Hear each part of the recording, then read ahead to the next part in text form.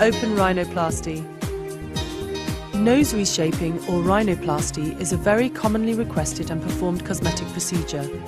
The procedure can change the appearance of the nose by altering its size, shape, projection from the face, or the contour of the nostrils. Rhinoplasty may be performed for purely cosmetic reasons or to correct some form of birth defect, which may make breathing uncomfortable. It is sometimes combined with chin reshaping to balance the face. The nose continues to change in shape until approximately the age of 15, and thus this surgery is rarely performed on anyone under this age. To understand how rhinoplasty works, one needs to understand the anatomy of the nose. The nose is made up of the nasal bones and cartilage. The septum, which is the wall made up of cartilage that divides the nose, has on each side a lateral cartilage and alar cartilages. The hump is made up of both bone and cartilage. For an open rhinoplasty, an incision is made in the columella skin that separates the nostrils. This allows the skin to be separated from the structure of the nose and adjustments made to the bone, cartilage and soft tissues.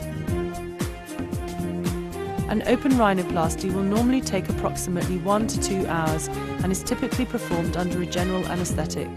The area will be cleansed with antiseptic solution, and the area will normally be treated with local anaesthetic solution after the general anaesthetic has taken effect.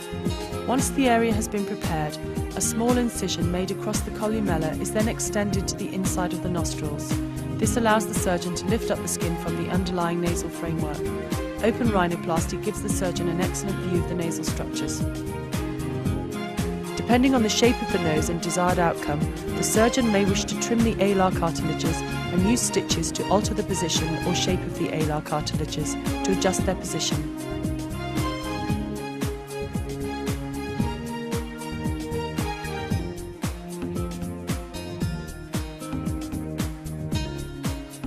Adhesive tape such as steri strips will control swelling, and you will normally also have some form of splint over the nose in order to provide comfort and stability. Commonly these splints are made up of plaster but may also be composed of other materials. Following a rhinoplasty, it is normal to expect some discomfort, swelling and bruising, which commonly affects the upper face and around the eyes. The initial bruising begins to settle after a few days and has usually mostly gone in 7 to 10 days, and you will see the improved contour and shape of your nose at this time, although some swelling may persist for a few months. Normal light activity can begin almost straight away, but strenuous activity should be avoided initially.